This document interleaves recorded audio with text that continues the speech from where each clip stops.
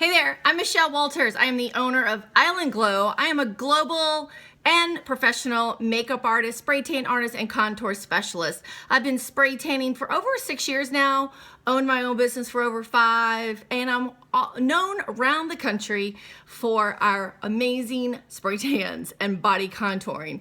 We contour, and you'll find our spray tans anywhere from NFL cheerleaders doing their thing at Super Bowls, at Miss America pageants. I spray tan title holders, bodybuilders, private clients, brides, you name it. If you've got skin, I love to spray tan. I get asked questions all over Instagram and Facebook and through a text and email. What do I do to prepare for a spray tan? How long does a tan last?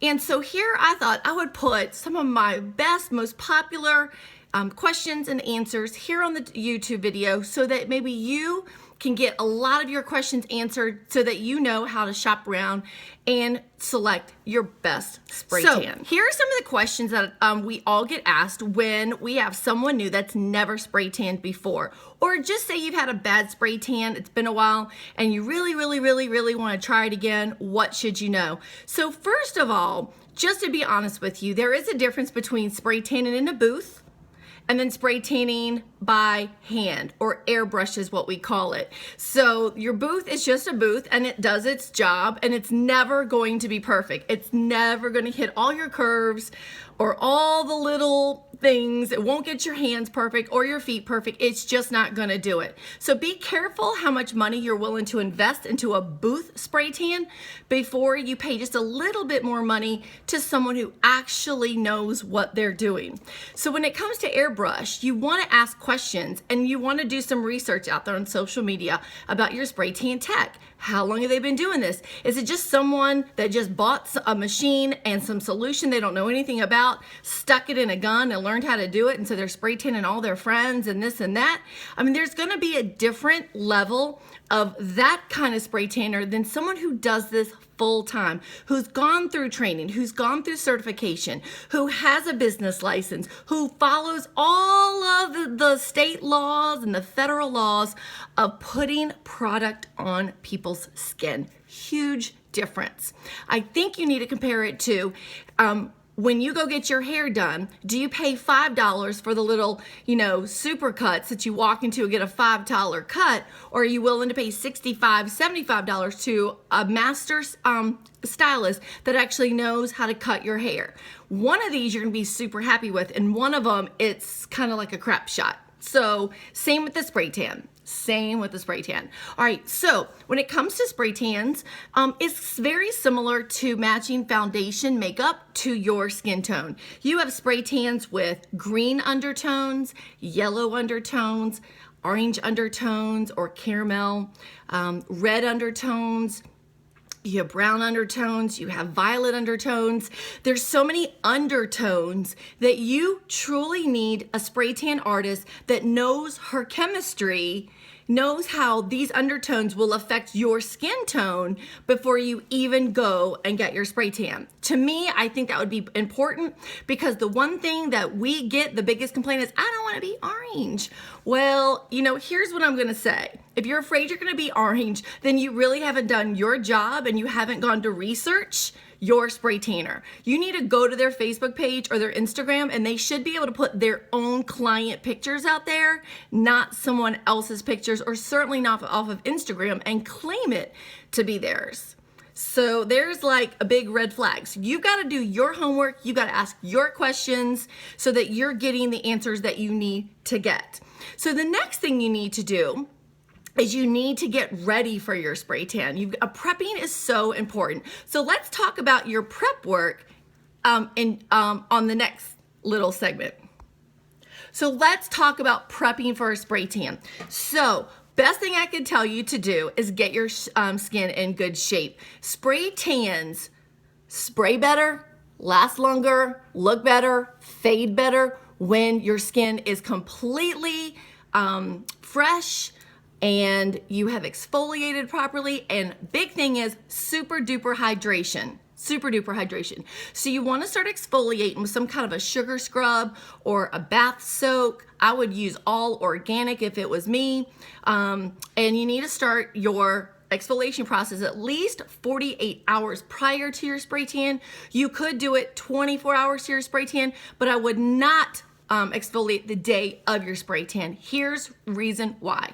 Because you're exfoliating or removing dead skin cells off of your body. You want to make sure they're all off your body. But what you don't want to do is you want to make sure that new skin isn't raw skin, like fresh skin that hasn't had time to sort of heal up and replenish itself after the exfoliation process.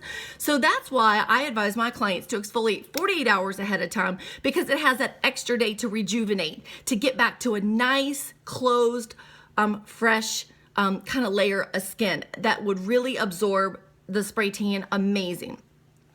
So the next thing you want to do is you want to shave the day of your spray tan. And that way you don't have to shave the day after, because you don't want to do that. So shave the day before.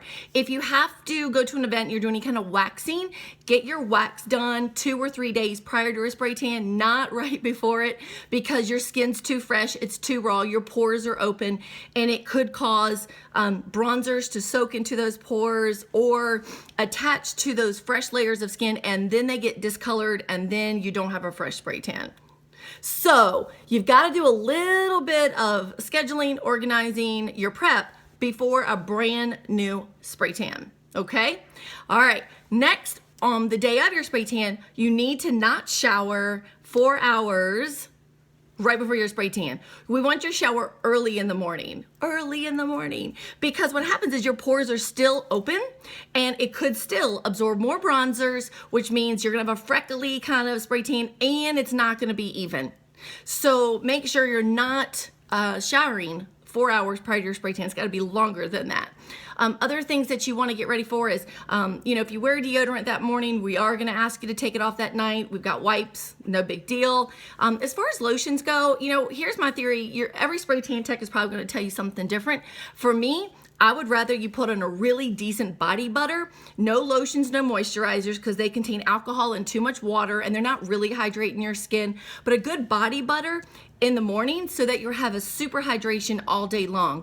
Body butter, you got to check out your organic body butters. I know that we offer ones designed just for spray tans, but you want to make sure it's got the right ingredients so that you're getting the right hydration you need, so that you can set your skin up for a great spray tan. And then during your spray tan, what you want to do is you want to bring dark, loose clothes. No skin tight jeans, no really funky kind of shoes that's going to rub off your spray tan. Just think, you need something really big and loose. So wear an oversized shirt. You could wear some oversized sweats, or you could wear shorts, as long as you're not, like when you sit, it's not going to cause a crease in the back of your leg on the drive home. But really dry, loose clothes, because you don't want any crease marks right after your spray tan as it's settling in and processing onto your skin. Make sense? Yes. Okay. And then the next thing is, what do you wear during a spray tan? Well, it's really up to you. So most women wear nothing because they don't want tan lines, or you could wear your undergarments and you can tuck whatever you want in. You could ask for disposable bras and panties, because every spray tanner should have those for you. And then you just put them on there and you just throw them away right in the trash can. For most men, you could wear you could wear shorts. You could wear your boxer briefs. But in my clientele, men have to at least wear a sock. Men don't get to go with nothing on. So there you go. Okay, so during your spray tan, you are going to have a little hat to wear. You're going to have barrier cream put on your hands, your feet, your knees, your elbows. Those are the 4 areas of your skin that will be the driest just right off the bat. And we don't want those dry areas absorbing the bronzers in a spray tan, or they'll turn that really dark, icky, orangey discoloration color. Okay, and then your spray tan tech will tell you how to stand, where to position your arms. She'll tell you that everyone has a little bit different technique of how they like to spray tan on their clients. So just kind of follow her lead. They should be tanning you twice, and they should be able to offer you a third time like kind of spot checking things to make sure it is an even tan, because sometimes underneath, like below the knees, need 3 coats. Sometimes your arms need 3 coats. If you have a spray tanner that is just following, like, I'm only going to do you twice and you get what you get, I would be really cautious with that, because then she's really just in this for the money. She's not really in this as art, as to make sure you have a great, flawless, even tan. And she will be able to tell right then and there what part of the bodies are absorbing this tan amazingly awesome and what areas are not. It happens that fast. So you should be able, when it's all done, you should be able to see your tan. You should see some great tan lines, and you're gonna get really excited. So keep in mind, there's 2 things going on here. There's the actual spray tan, and then there's the cosmetic bronzer. The cosmetic bronzer is what you see instantly, that you instantly have the tan. But after you shower that off, either 8 hours, or if it's a rapid tan, 2, 3, or 4 hours, then the bronzer will wash down the drain, and then all of a sudden you see your tan. It should look gorgeous, and it's amazing, and it's so exciting. So the other thing that I would, that I love to offer our clients, if you're coming to Island Glow, is I like to educate you right then and there while your spray tan is happening. If I see dry areas, I'm going to tell you there's a little bit of dry areas. This may happen. We've got to kind of see how that goes, but I'm just kind of letting you know, you've got to just talk to me, because I won't be with you tomorrow and day 2 to see how these areas are truly absorbing the spray tan. I also want to caution you, and I would think, and I tell my clients that, talk to me about your hands and your feet after the fact, and give me some wiggle room to get it straight, because here's what we can't see. We do our best to put enough barrier cream on you and just the spray, like a normal spray on hands and feet, but sometimes our clients' hands and feet absorb way more bronzers than expected, than the norm, and we don't know that until you actually go through that process. So here would be my best my best suggestion for you. Talk to your spray tanner the day after. Let her know how your hands and feet work out. But don't think that she doesn't know what she's doing at that point, unless she really doesn't know. Give her a chance to correct it on the next spray tan, because it's all a learning process. If you think everyone's body comes in different conditions, and different ways, and this way we just learn together. Now, if she continues to not listen to you and you do that after 2 or 3 times, then you might want to find a new spray tanner. But anyway, just kind of keep in mind those areas may absorb a little bit more than what you want, and if so, you need to let her know, and she'll tell you how to start fading that color away kind of instantly. I would not recommend bleach or Windex, some of these crazy things out there that I hear. No chemicals should go on your hands or your feet, because you could, not knowing what you're doing, give yourself a chemical burn on your skin, and that could be a 2 or 3rd degree burn. Not cool based on spray tan. The next question we get asked is, how long does a spray tan last? Okay, so hear my heart on this. A spray tan, a typical good spray tan, I'm talking about a good quality spray tan, not some cheap stuff that someone just bought off Amazon. A really good spray tan with great products and great ingredients and all organic, vegan, gluten-free, paraben-free should typically last at least 5-7 days. If you can make your tan look good for that, you've done a good job. Now, some spray tanners have aftercare products that they highly recommend that would extend your tan another 14 days. So let's talk about why the big difference. First of all, when you leave your spray tanner, she should be able to tell you what to stay away from and what you can use. And so it's up to you to make those decisions about your spray tan in order to continue your tan.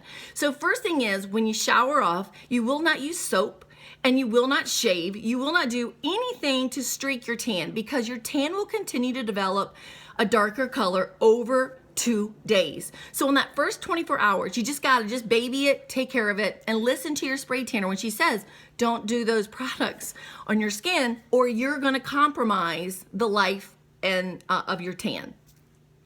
You want to stay away from Dove products. Sorry, I have found out in my mobile spray tan days that 90% of Americans use Dove. Sorry, but it's not the best product for your spray tan. In fact, on their commercials, they even say that their bars only have 1/3 moisturizer in a soap bar. I'm like, what? What happened to 3/3 moisturizer? But they only have 1/3 moisturizer. So it's really not the best moisturizer for your skin either. So you want to stay away from Dove products. Clients ask me, well, what do you recommend? Well, I only recommend my organic products because I actually did the training, got certification, learned from some of the best bath shops in the US how to create amazing organic products with the right ingredients that matches our spray tans. Me personally, if anything else out there was good enough, then you would see it on my shelf and I would sell it to you. But I'm not going to recommend any drugstore or any other products. I'm just not. So you're on your own on that one if that's what you do. So you want to stick with organic bath soaps, organic body butters, and you want to make sure you stay away from mineral oils, Vaseline, petroleum kind of products. I mean, there are certain ingredients you do not want on your skin or it separates your tan. And so you just got to keep in mind what you put on your skin is how it's going to affect your spray tan. Listen to your spray tan tech. I don't even endorse those lotions that you get at the tanning salons. Number one, why would you pay $40 and $50 for a lotion? I don't even know why. They're not really that sunless tanning prone. I mean, they're not going to extend the life of your spray tan. And then, of course, you want to ask your spray tan tech, what kind of self tanners do they offer that complement your spray tan? Hopefully they all have some. We create our own based on our formula for our spray tans. So we have a mousse that we can offer our clients. We also have a tan extender, and that they do their job. They tan you instantly. The mousse does, and the tan extender takes the life of your tan and it extends it. So you have to be prepared for that as well. So kind of a little bit of aftercare that is going to make you happy, to be honest with you. So a little bit more money, amazing spray tans. Let's see, one other thing. What was another question? Let me think of one more question. I think there's one more important thing I can't think of the next question, but you can always write below what your biggest question is, and I will certainly do my best to make sure I go back and I answer all your questions. So I think here's what I would love to tell you. Try a really good airbrush spray tan. Don't knock it until you try it. And don't just assume that they're always going to turn you orange. Your job is to go look at their portfolio and ask questions, ask friends that have been there that maybe you know, how did it go? How did the spray tan tech make you feel when you were there? You know, how professional was she? Did she follow up with you? Did she offer you products? I hear so much that there is none of that going on with just hobby kind of spray tanners. And it's kind of sad because a lot of this is just really great education before and after so that clients can have a really awesome experience. So I hope this was helpful. I hope that it answers some of your questions so that you know that a great spray tan depends on the spray tanner, but a lot on the client as well, because you pick your products that actually go on your body. So go visit our Facebook page. I'm always posting all kinds of tips on there and testimonials from clients. You know, and I hope that, you know, that helps you make a decision of where you should go. And I'm just thanking you for, you know, jumping on and listening. And if you're local, I hope that you select Island Glow as your spray tan choice. We are mobile, so we come to you, or we have a studio. And I do travel around the country with my clients. So a lot of times on Facebook and Twitter, I'll tell clients when I'm going to be in their city, and you can just pop me a text, and then we can just book you a spray tan. And if that's still not convenient, then you can always purchase our mousses and our tan extenders right online. So it's the next best thing to a spray tan. That's what I wear mostly all the time is our mousse, because I'm just really too busy to stop sometimes and get a spray tan in the middle of the night. But there you go. That's why we have two options. All right, so go get a great airbrush spray tan. I hope that you enjoy it. And best thing is just work with your spray tan tech so that she can just know your body, where it absorbs the bronzers, where it needs a little bit more tender love and care. You know, that's the best thing I can. Please don't go out and blast her to friends and family and social media. If your one tan didn't turn out perfect, give her a chance to correct it. Give her a chance to fix it, give her a chance to get it right the next time. And sometimes it takes 2 times, just because you're kind of tweaking things a little bit here and there. And then typically most spray tanners would go more conservative on your first spray tan so that we can learn how your skin absorbs this. And on your second one, we can go darker, we can go lighter, we can mix it up and customize it any way you want to. So build that relationship with her. Don't give her just a one-time shot, because I know she wants her work to be perfect and she's willing to do whatever it takes to make sure that you are extra super duper happy. And, and just because that's, how she builds her brand, how she builds her business, her reputation. And then what she's in, for sure she's in it for the client when she goes the extra mile to make sure that you are completely happy. All right. Anyway, I've got to go. I've got clients to go spray tan and products to drop in the mail to everyone. But I hope this was helpful, and I will see you soon.